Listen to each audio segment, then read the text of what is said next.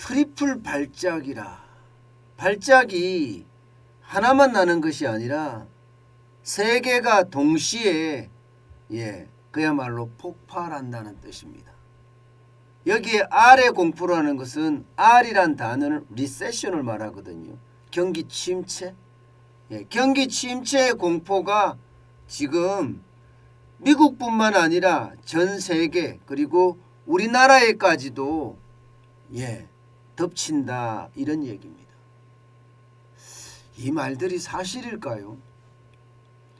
지금 전 세계에서 일어나는 경제 상황을 보면 말입니다. 이 말들이 사실입니다. 일단 미국에서는요. 제이미 다이먼 JP 모건 회장이 경기 침체를 피할 확률이 33% 뿐이다. 이렇게 이야기했습니다. 그러면 지금 77%인가요? 77%는 아닌가 67%인가요? 67%는 경기 침체를 겪을 수밖에 없다는 이야기잖아요. 그만큼 경기 침체가 굉장히 빨리 올 수 있다는 이야기입니다. 그 중에서도 약한 침체가 33%고요.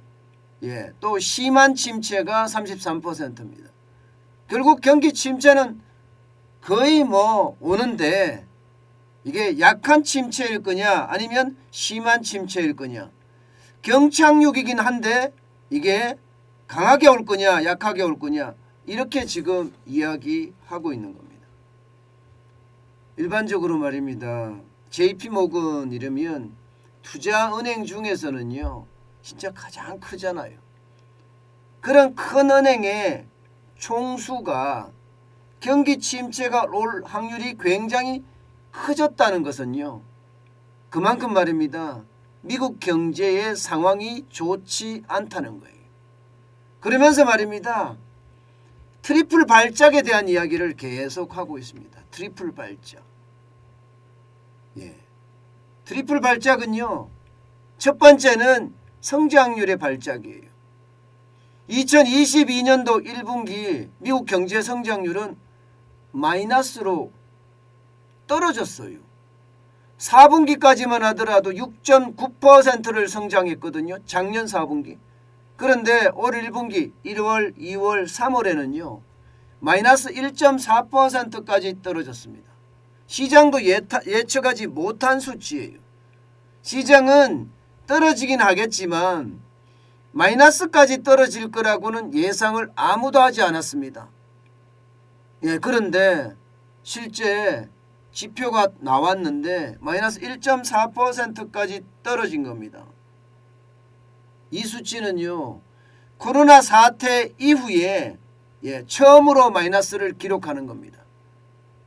2020년 코로나 사태 때 특히 2020년 2분기죠. 마이너스 31.2%까지 떨어진 적도 있고요. 1분기는 마이너스 5.1%까지 떨어진 적도 있습니다. 물론 3분기에는 기저효과가 있어서 33.8%까지 그야말로 V자 반등을 했죠. 그런데 지금 2022년 1분기가 마이너스 1.4%가 됐다는 것은 여러분 결국 말입니다. 침체의 늪에 빠졌다. 이게 기저효과가 문제가 아니라 이제는 서서히 지금 경기가 침몰하고 있다 이런 얘기입니다. 두 번째 트리플 발작 중에 두 번째는요. 미국의 무역수지입니다. 미국의 무역수지가 지금 굉장히 나빠지고 있습니다. 무역 적자가 사상 처음으로 1,000억 달러를 넘어섰습니다. 작년 12월까지만 하더라도 820억 달러의 무역수지 적자였거든요. 그런데 이게 올 1월에 892억으로 늘어나더니 급기야 3월에는요. 1,098억 불까지 넘어갔습니다. 어쩌면 말입니다. 미국에게는요. 경상수지 적자와 재정수지 적자라는 쌍둥이 적자로도 갈 수 있다 하는 이야기까지 계속 나오고 있어요. 무역수지라는 것은 여러분 상품이 왔다 갔다 하면서 일어날 수 있는 적자를 말합니다. 쉽게 말하면 미국에 들어온 상품이 더 많다는 거잖아요. 나간 상품보다. 다시 말해서 수입한 상품이 굉장히 많고요. 수출한 상품은 그만큼 줄어들었다는 이야기예요. 이 말은요. 미국 경제 전체적으로 보면 상품에 대한 생산이 그만큼 줄었다 이렇게 이야기할 수도 있는 부분입니다. 그만큼 말입니다. 미국 경제가 가라앉고 있다 이런 얘기가 돼요. 가라앉고 있다. 그리고 마지막 세 번째는요. 소비자 물가가 너무 많이 올라간다는 거야.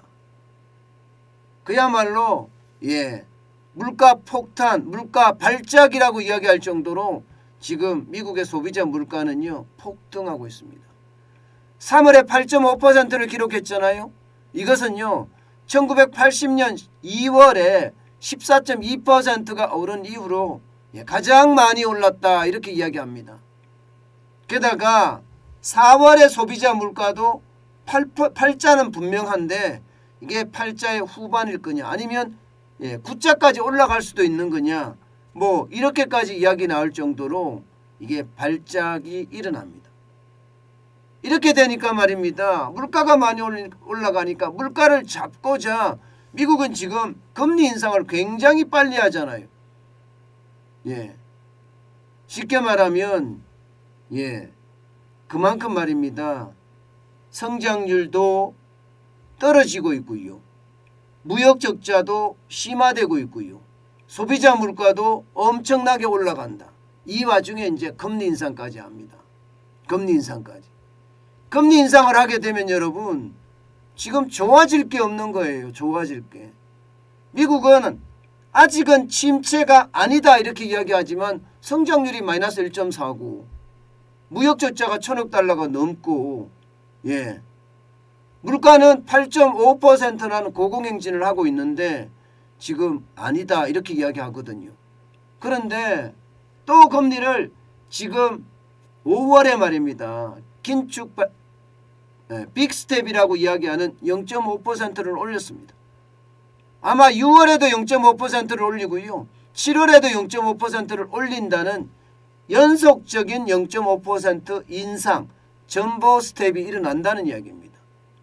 이렇게 되면 여러분 소비까지도 완전히 위축되는 것 아니겠어요? 소비까지도 위축이 된다면 그것이 바로 경기 침체의 시작입니다. 저는 그만큼 말입니다. 미국의 경기 침체가 굉장히 빨라지고 있다는 이야기를 하고 있습니다.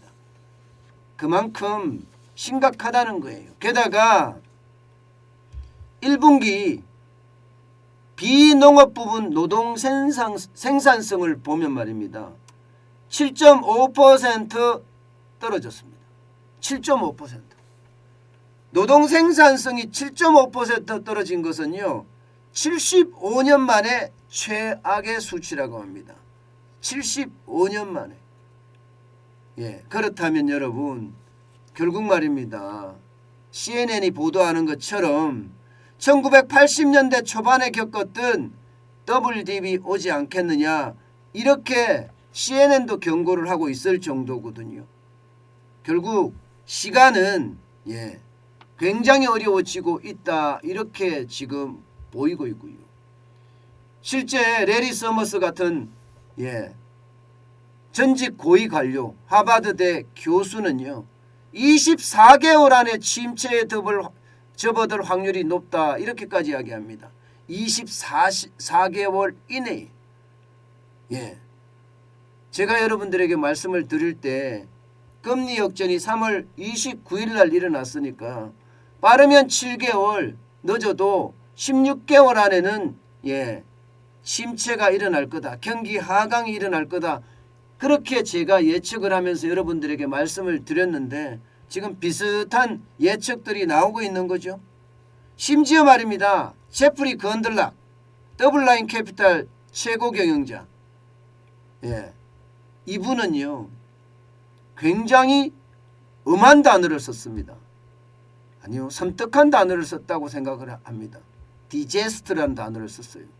재앙이 다가오고 있다 이렇게 말입니다. 재앙이 다가오고 있다.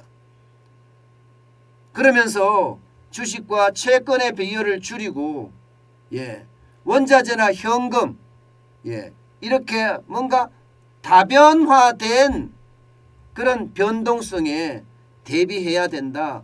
이렇게까지 지금 이야기하고 있습니다. 문제는 이 문제가 지금 트리플 발작이 쉽게 끝나지를 안 한다는 거예요. 앞으로도 더 길어질 거라고 이야기합니다. 그러면서 말입니다. 제이미 다이먼 회장은요. 곡물이나 상품 시장에 커다란 위기를 겪을 수도 있다. 이런 말까지 덧붙였습니다. 결국 말입니다. 미국 경제의 침체 지금 이야기하는 것처럼 오고 있잖아요. 문제는 대한민국도 지금 똑같이 닮아가고 있다는 뜻이에요. 대한민국도 경제 성장률이 1분기에 0.7% 성장하는 데 그쳤잖아요. 여기에다가 말입니다. 무역 수지는 계속 적자를 이어가고 있습니다. 물가 상승률도요. 지금 우리나라가 4% 넘게 4.8%까지 지금 올라갔죠. 거의 비슷하게 지금 오고 있고요. 여기에 따라서 금리 인상도 마찬가지로 일어나고 있습니다. 게다가 미국이 빅스텝을 연속적으로 하는 전보 스텝이 될 경우에는요. 금리 역전도 일어날 수 있는 그런 상황까지 갈 수 있으니 지금 미국 경제도 그렇고요. 한국 경제도 그렇고 그만큼 세계 경제 전체가 악화 일로를 갈 거다. 그러면서 리세션, 아래 공포, 경기 침체의 공포는 계속될 거다. 이렇게 지금 분석하고 있습니다. 여러분, 시장에 대한 위험은요. 그 어느 때보다 빨라지고 있다는 것 우리가 반드시 기억을 해야 됩니다. 이제는 본격적으로 금리가 올라갈 거고요. 거기에 대한 거품이 점점 빠져나갈 겁니다. 우리가 여기에 주목해야 됩니다. 거품이 얼마나 어떻게 빠질 거냐. 생각했던 것보다가 훨씬 많이 빠질 수 있다는 것 우리는 기억을 하고요. 거기에 대한 대비 반드시 필요합니다. 지금 제일 중요한 것은요. 제프리 건들락이 이야기했던 것처럼 살라면 원자재죠. 원자재. 그리고 현금을 쌓아가는 것. 이것은 앞으로의 침체에 대비하는 나의 비법이 아닐까 그렇게 저는 생각을 해봅니다.